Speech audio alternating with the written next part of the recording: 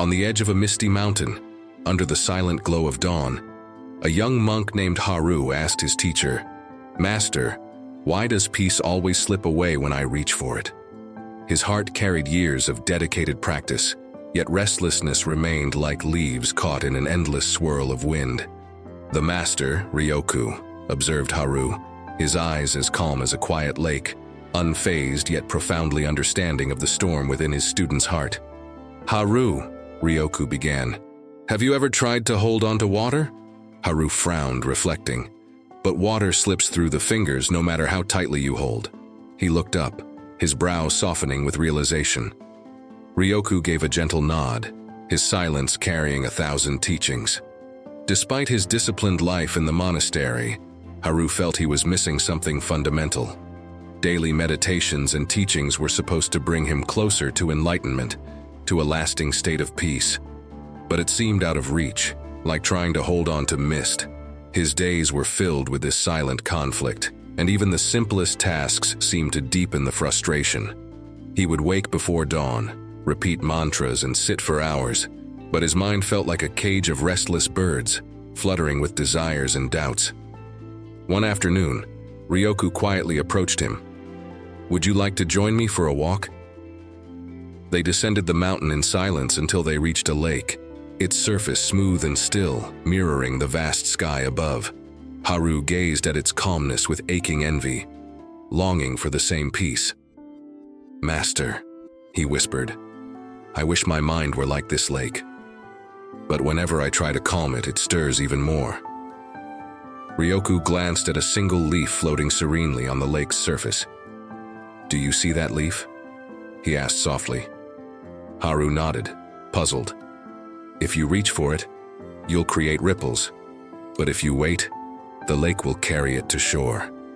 The simplicity of his words lingered, like a riddle meant to be solved by the heart, not the mind.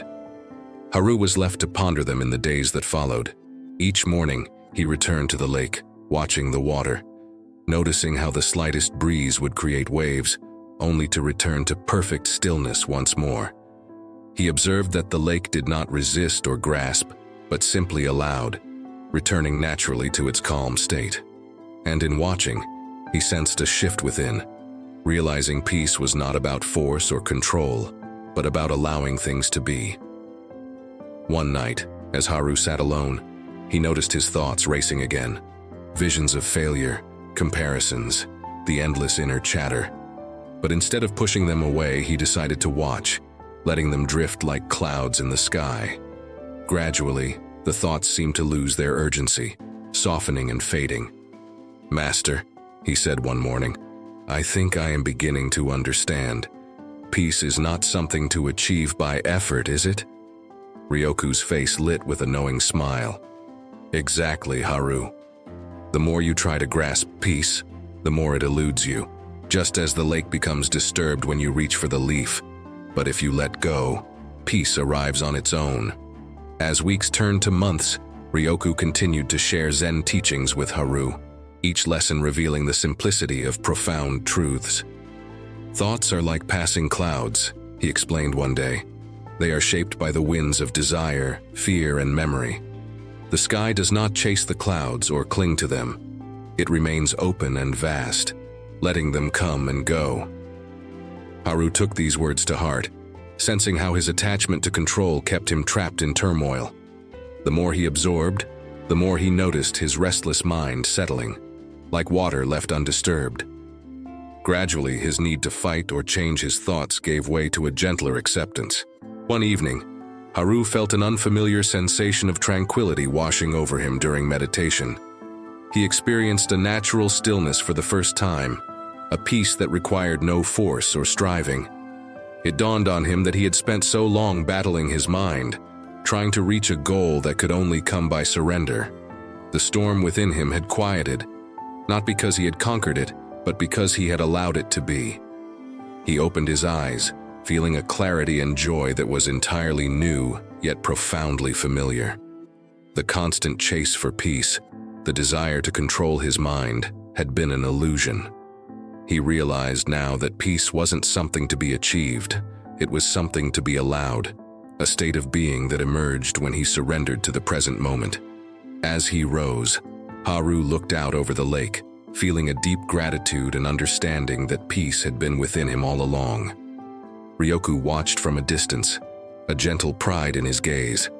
He had always known that Haru's struggle was part of the journey, a process of discovery that no amount of instruction alone could ever deliver. Just as the river finds its path through mountains, Haru's search has carved a deeper understanding of life and self within him. He realized peace was not in the stillness of his mind, nor the quiet of the monastery, but in his acceptance of each moment as it was. And with each step he took down the mountain, he carried within him a newfound wisdom, that the path to peace is not one of control, but of letting go, of allowing life to flow through him like water through his fingers. The lake remained undisturbed, reflecting the sky as Haru left with a quiet heart, his mind like the open sky, vast, still, and finally free. In the silent mountain air, he understood a lesson that would guide him forever. Let go, and peace will follow.